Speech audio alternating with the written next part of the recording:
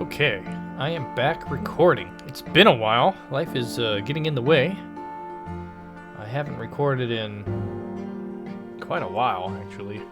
But I'm back here, back now playing the life and suffering of Sir Brante. I'm getting pretty far along. I don't think we have too many more videos on this, which is okay. But, well, I say that. Maybe about 10 more or so, give or take. I don't know. We'll see. Without further ado, let's get on into it. A rendezvous with Octavia. Octavia and you do not see each other very often.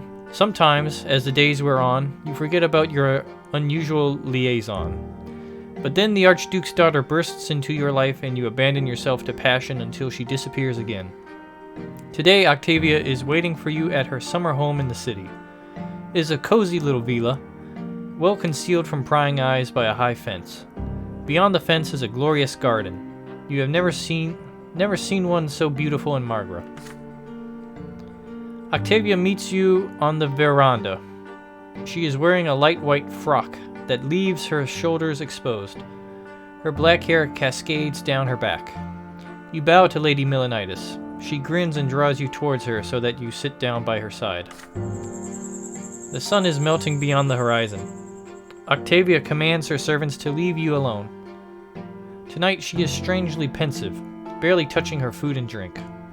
You cautiously inquire if anything is amiss. Listen to me, Angelo. I'm at a crossroads. My father, the Archduke, is planning to send me out of Margra for a while. Apparently, in his opinion, my escapades are bound to cause trouble for our family. Octavia stands up, towering above you. Her eyes burn with a menacing flame. I am a daughter of the great family of Milanitis, an Archnian, born at the peak of the world. All shall tremble before me. Isn't that so, Angelo Brante? But before you can reply, Octavia abruptly lowers her head, downhearted. I am not free. Just like you, my dear human Brante. I have a duty to my family, to my blood tide, to the Empire. My whole life, all I've ever done is fulfill obligations created by others. I have no aspirations. Everything is preordained. What the world is like, how I ought to live, what my father doesn't decide for me, those two up on the peak of the shining pillar already have. I'm looking for a way out of this cage. It must exist. I study history, but all I find are tidbits of lost knowledge. But I believe that I'm not the first to try to escape the chains of this world. What am I to do, Angelo? You learned to break free of the fetters of fate just as I do. You have escaped the commoner's lot and joined the higher estate. But your new lot is just as much of a prison, isn't it? Could it really be that none of us will ever be free? Octavia looks into your eyes dolefully. You have never seen her so helpless before. I have no revelations to share. I am not close with her, so I can't inquire about it. I can just bank the willpower, or I can get my career and my reputation up. I quite like that. Octavia, you are quite useful, aren't you? Ask for assistance. You steer the conversation in a specific direction and entreat Octavia to put in a good word for you. Delightfully devilish, Angelo. You refrain from answering her question and slightly lay your hands on Octavia's knees. The Archnian caresses your hair pensively and gazes into the distance, where the eternal line of the shining pillar is glowing. You attempt to calm Octavia down, to distract her with idle talk and amuse her with society gossip. But heavy thoughts remain in the mind of your patroness. You wouldn't understand, Angelo. Only yesterday you were a commoner. You're used to humility. You will endure patiently the notion that your fate is not in your hands. Even obtaining nobility will change nothing. Am I, an Archnian, Octavia Milanitis, destined for the same? No. I will continue looking for a way out of this cage, and one day I will find it.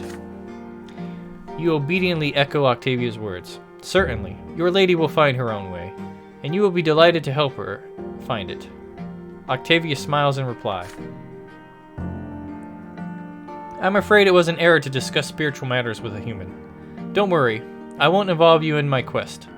Metaphysical pursuits are simply beyond you. You are troubled by matters far closer to Earth, aren't you? You admit that Lady Octavia is right. Your career is progressing far too slowly, and the Brante name is still firmly linked with the notorious Prefect Elborn. It would be beneficial to show noble society that the Brontes have other patrons too. So this is what is on your mind? How painfully dreary. Very well then, my Angelo. I will drop the name Brante at a few stuffy receptions. Even the most slow-witted among us will gather that you are in good graces with the Archduke's family. You caress Octavia's hand gratefully. She snatches it from you and turns away. I'm not in the mood for pleasure tonight. Leave, I'll keep my promise. You comply with your patroness's command. On the way down the dark promenade, you turn around. Her lonely figure is still staring intently into the heavens. Well, good luck with that, Octavia. We are renowned among nobles now.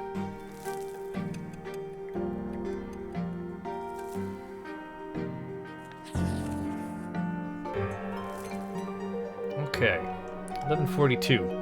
The Emperor's heirs in danger. News from the capital quickly reaches every corner of the Empire. Gerrian and Flavius, the heirs to the throne, have left the Emperor's palace for the province of Monia, which is ruled by Great Chancellor Agerius Monrogue. The Great Chancellor has accused the Emperor's court of harboring malefactors, conspiring against the imperial heirs. This is why he has offered them shelter and safety in his own impregnable citadel. The common people are particularly worried about the news. They take it as a sign that the Chancellor is seeking to solidify his power by holding the heirs hostage. If this continues, Monrogue will coerce the Emperor into revoking the imperial law, thus depriving the common estate of any and all rights. All hope for reform in the Empire has vanished. From farmer to rich industrialist, the commoners are growing desperate. In your province, the authorities are trying their best to put the people at ease. The magistrate of Anizote makes a speech from his balcony to the excited crowd below. Trust in your emperor, good people. The imperial heirs are the future of the great Tempest dynasty. The emperor has made the wise decision to send them far away from the scheming court. Great Chancellor Monrogue will take good care of them and keep them safe. All glory to the empire. All glory to the Tempests.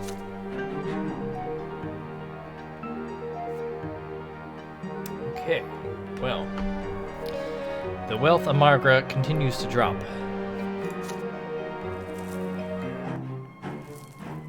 Concerning. Okay, chapter peacetime ends soon. So we gotta get one of these choices, or we're gonna get a true death.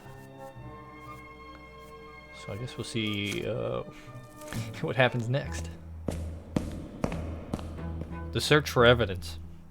You are walking up the marble stairs that lead to the doors of the prefecture.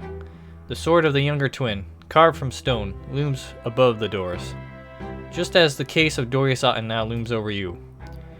Repairing this case will take many long months, or even years. The words of Prefect Elborn are evidence enough of that. In time and again you will ask yourself, are you ready to see this case through to the end? Father meets you at the stairs, and judging by the dour look about him, news of your most recent case has already reached him. Son, I didn't want to discuss this back home. Elborn is our friend, and I stand by him at all times. But he's dragged you into something that is far too dangerous. I'm not going to repeat your grandfather's mistakes, so I won't tell my son how to live his life or what to do. But I ask you to please consider our family. Would it be worth it to let us come to harm, even if the triumph of justice and law is at stake? There are already rumors at the prefecture. They say you're getting ready to summon a highborn Arcane to court. Soon these rumors will spread beyond the prefecture walls. You and I are both Brontes. Perhaps we ought to stay away from something so dangerous. Some battles are too ugly for us to win. You can always slow down the process and bide your time with routine paperwork. Avoid attracting unwanted attention. This way, your career and your family honor will not be at risk. Trust me in this, son. Rather than making a selfless sacrifice, we can achieve far more through tireless service for the good of the law. You promise Father you will consider his words. You say goodbye and return to your office. You are at a crossroads. If you are to make any headway in the case against Otten, you have to start now, while the trial, it's definitely trail of his misdeeds is still fresh.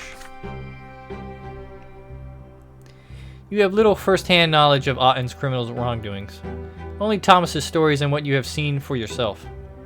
Turning this case into a trial requires far more evidence than that.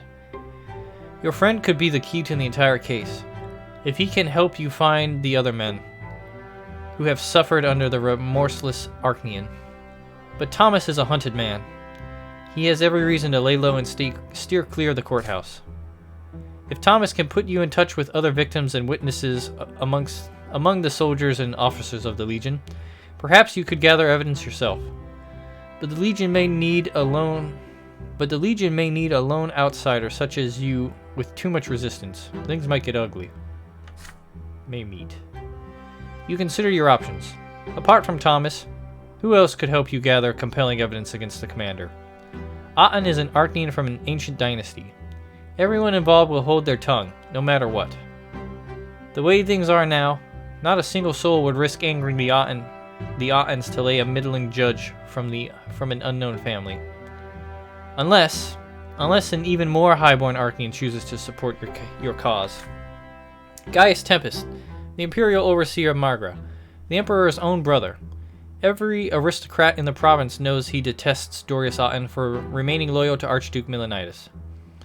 Ensuring the Overseer's support would increase your authority greatly, and give you a chance to gather evidence against Otten without Thomas lifting a finger. But the Imperial Overseer is one step above the Prefect, your immediate superior. You can only address Gaius Tempest directly if you keep it a secret from Elborn. Communicating directly with the Overseer of the province means you're defying your loyalty to Elborn. Are you willing to do this? Why is that? I'm not defying anyone. Puzzled, you start pacing around your office. It's time to decide how you will begin this case. Depending on what you choose, the case against Otten could lead you to an unprecedented success, or end your career, or even your very life. Okay, well, we have all four options.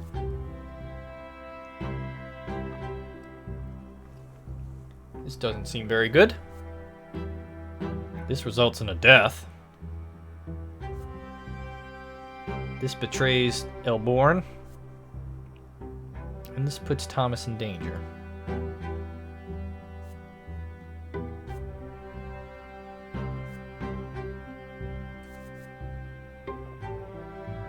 Well,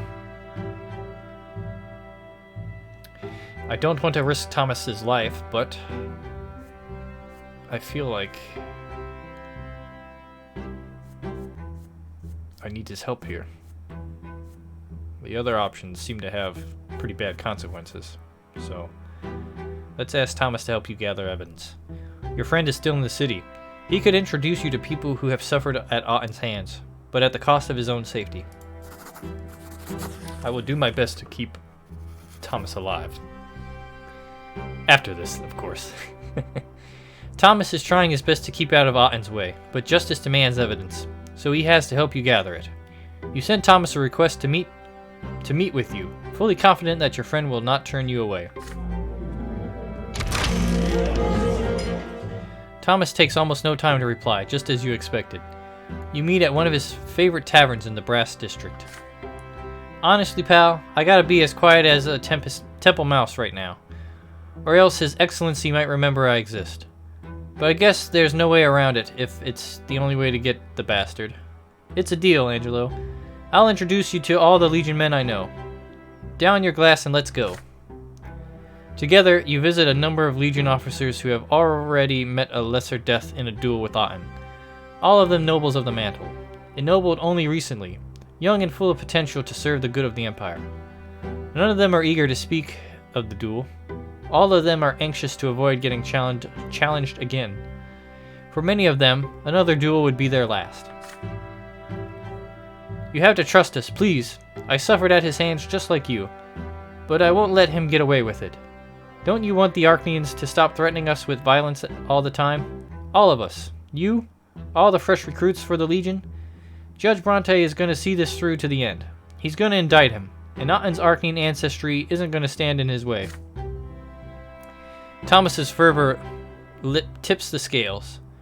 His surviving brothers in arms from the Legion finally agree to have their statements committed to ink and paper. Their testimony paints a picture. There's a method to Otton's madness, you realize. You realize all of the officers disobeyed the commander at least once or expressed their disagreement no matter how respectfully. More and more officers are starting to realize that Otton's loyalty lies with Archduke Milanitis, and not his lawful superior, the Overseer. So more and more officers are getting challenged by Otton. Have Otton's duels gone beyond his passion for sword fighting? Were they just an excuse to eliminate any suspicion of his treason? The relatives of the officers who have met true death in a duel are the hardest to convince. Widows, mothers, fathers, they all say the same thing with the same grim expression. They have nothing to complain about. Nothing can be done anymore. The officer met his death in the line of duty, and that is all. But Thomas is persistent, and eventually he persuades them to admit that their husbands and relatives all met their end at Otton's hands. In all those duels and deaths, you begin to notice a trend. None of them were sanctioned or monitored by the Court of Honor. Noble tradition demands that every sword fight be sanctioned by noble society and overseen by a representative of the Court of Honor. So Otton thinks himself above even the noble tradition of old. When all is done, you thank Thomas from the bottom of your heart. You would have never taken these statements without his aid. It's nothing. We're friends, aren't we? It's high time someone put an end to his beastly behavior. I'll always be there to help you beat down the ugly blue freak.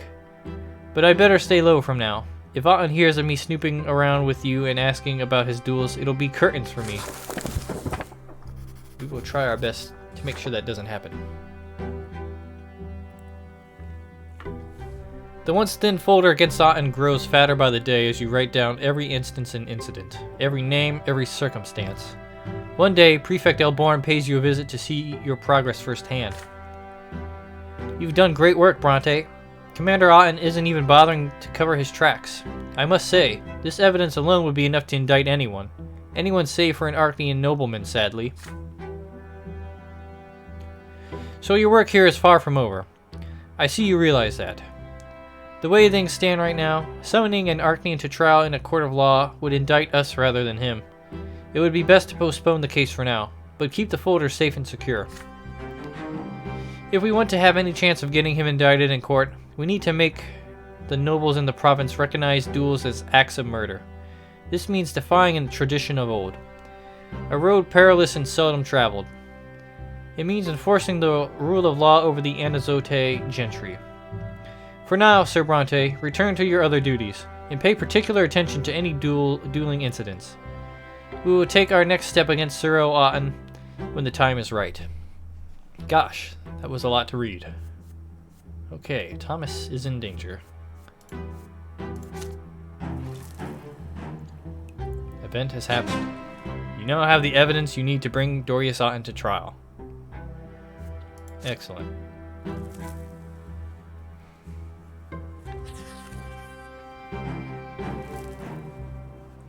Stephen's Gambit. Alright, let's hear it, Stephen. You have hardly found any time for family matters this year. The events taking place in the city keep you busy at all hours. Tonight you come home extremely late, but the fireplace in the sitting room is lit. By the fire you see Stephen with a glass of wine. Your elder brother has been waiting for you. You take a seat in the chair by Stephen's side. Your brother keeps turning his glass with his long fingers. Angelo, we need to have a talk about Gloria. She flatly refused to behave as she ought to. Her antics are ruining our family's reputation. If this situation persists, nobility of the sword will be out of the question. Brother, I do not wish her ill, but we have no right to sit idly by. Regrettably, Gloria will never truly be a part of the Brante family. Her origins are too tarnished. But it is our duty to find her a new family. It is high time Gloria got married. Oh man, let's see where this leads. But we can't just give our sister to any commoner, can we? And how could any noble wed her, knowing her origins? It's been a stumbling block for a long time, but I finally found a suitable match for her. His name is Jose El Pelletier. He is a young nobleman of the sword, recently graduated from the college, and now he has a position at the city hall. Do you recall our reception several years ago, where he couldn't take his eyes off Gloria? Pelletier has been obsessed with her ever since. Not even her lowly origins could deter him. Admittedly, Gloria does not reciprocate his affection just yet. Well, that sounds like an issue, Stephen. So let us convince Gloria that becoming Sir Pelletier's bride is her chance to escape her current situation. And then let us pray she comes to her senses and puts her rebellious ways behind her. Isn't this an ideal solution? After marrying El Pelletier, Gloria will be a noble woman herself. We'll be granting her the freedom she's craved since she was a girl. And then she can write poetry and do whatever else takes her fancy. I will enter into negotiations with the El Pelletier family. Rumor has it Jose's father already has a future wife in mind for him, the daughter of an important chancellery official. But Jose's passion must win out in the end, don't you agree? As for you, Angelo, please help me with Gloria. You're closest with her. You can make see how beneficial this match will be. She must fulfill her duty to the family that took her in, after all. Stephen looks at you expectantly. You are at a crossroads. Again with the crossroads. Will you accept your brother's plan or refuse him? Will this marriage be a blessing, and for whom? I gotta say, this seems rather not like a very good choice. I don't think if I accept this that things are going to go very well, so let's go ahead and flatly refuse. You will not participate in Stephen's schemes.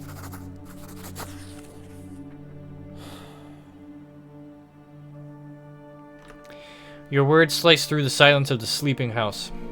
You disagree with Stephen and will not participate in his plots against your sister. Stephen does not say anything, but his grip on the glass tightens.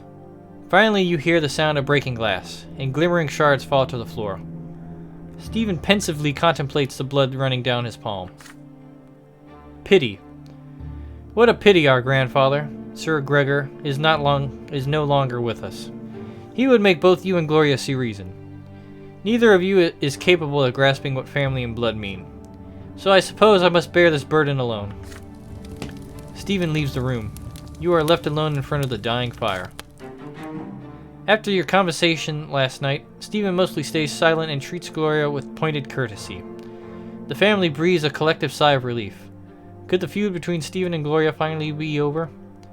You are the only one who is aware of the scheme your brother is concocting. Well, our unity is at an all-time high, though.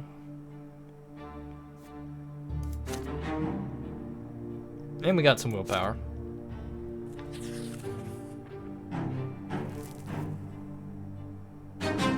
Okay, the illegitimate girl. So we get this event because we have a high enough relation with Gloria, and we did not take Stephen's secret plot. Always scheming, Stephen and Gloria. Your home is quiet tonight. Father is away, arbitrating disputes in Magran villages. Stephen is visiting one of his high-placed patrons. After a dinner spent in silence, everyone retreats to their chambers. You are about to retire for the night when Gloria calls out to you. Angelo, wait a minute. I have an important favor to ask you. Your sister leads you to her long-time refuge, the library. Here, in the shadows between the bookcases, you will not be overheard. Brother, I wish to speak with you before Stephen returns. His scheming is becoming unbearable. It's beyond Sir Robert's power to stop him, let alone Mother or Nathan. You're my only hope. You shrug. All families argue from time to time, but every quarrel has to end sooner or later. Yes, it will end, when Stephen finally gets rid of me. As far as he's concerned, I'm just a stumbling block and a stain on his family's good name. He lets me stay in the house only to avoid causing a scandal in high society. But as soon as the Brontes get his precious nobility of the sword, I'll be out of the street in the blink of an eye. Angelo, you don't want for me to get kicked out of the family, do you? Please help me. I need to convince Sir Robert to adopt me and make me legitimate. After that, it won't be so easy for Stephen to dispose of me. And then I won't bear the stigma of being a bastard anymore. I know Sir Robert would agree, if only by virtue of the love he has for our mother. But Stephen is standing in his way. Tell me, will you help me? An illegitimate child who has never known her father, a stranger in the family. Gloria looks at you with hopeful, pleading eyes. Help Gloria, or refuse Gloria. That's rough. I have to say, I find some of Gloria's reasonings rather, incoherent. Stephen's an asshole, but I don't think he would kick her out of the house. I think we better stay on the sidelines in the Stephen and Gloria feud here. Let's refuse Gloria too.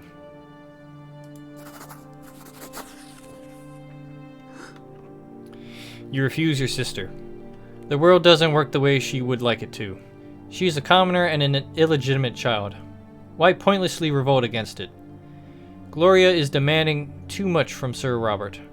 Adopting Gloria as her daughter would be too dangerous. The Brante family's position is precarious enough as it is. You will not scheme to pressure your father or Stephen into this. Every word you utter makes Gloria flinch as though she were struck by a lash. Her empty eyes wander around the room, avoiding yours. I shouldn't have opened my heart to you. This is my predicament, and mine alone. Good night, brother. You go back to your bedroom, craving the oblivion of sleep. But you keep tossing and turning, restlessly. Will your words compel Gloria to give up on her plan? It doesn't seem like it, does it? Our family is in harmony now, though. Despite ticking off Stephen and Gloria. And our willpower is 20 now.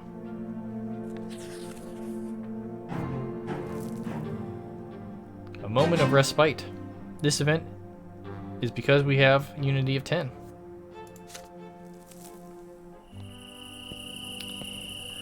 Your work for the day is finally done. You've hurried to the family home, where peace and tranquility dwell again at last. Still, you have grown used to the idea that peace could be disturbed at any moment.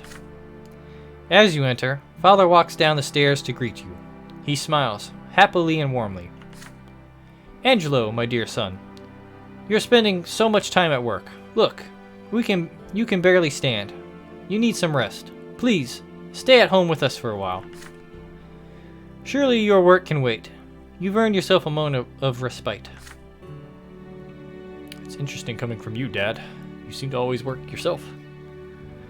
You consider his words for a moment and agree. Overjoyed, Father takes your hand and leads you into the sitting room. You spend several days resting in the family home, where your troubles are distant and your family is close. They tell you their news. You carefully share yours. You spend the evenings together on the porch, just like in the good old days, listening to Father's stories of your family's history, sharing laughter over memories of childhood. It is late now. Cicadas buzz quietly in the garden. The windows of the bedrooms glow with a warm light. You recline in a wicker chair with a glass of good wine. There is no place like home. Okay, so +1 with Stephen, +1 with Daddy, +1 with Mommy, who is at Max, +1 with Nathan. I have to say, doesn't have much going on in the story. And a +1 with Gloria, which is nice because we're back to 0. Oh, and 10 willpower. So we are maxed on willpower now. Very cool. I guess I should spend some soon. Alright, well, I think an unknown realm is the perfect place to end this episode. So with that, I'll go ahead and call it here. Story's moving along quite nicely, I think. So, yeah, we'll see. Trying to think of some things to say, but I don't have much. Oh boy. I'm gonna take a little break.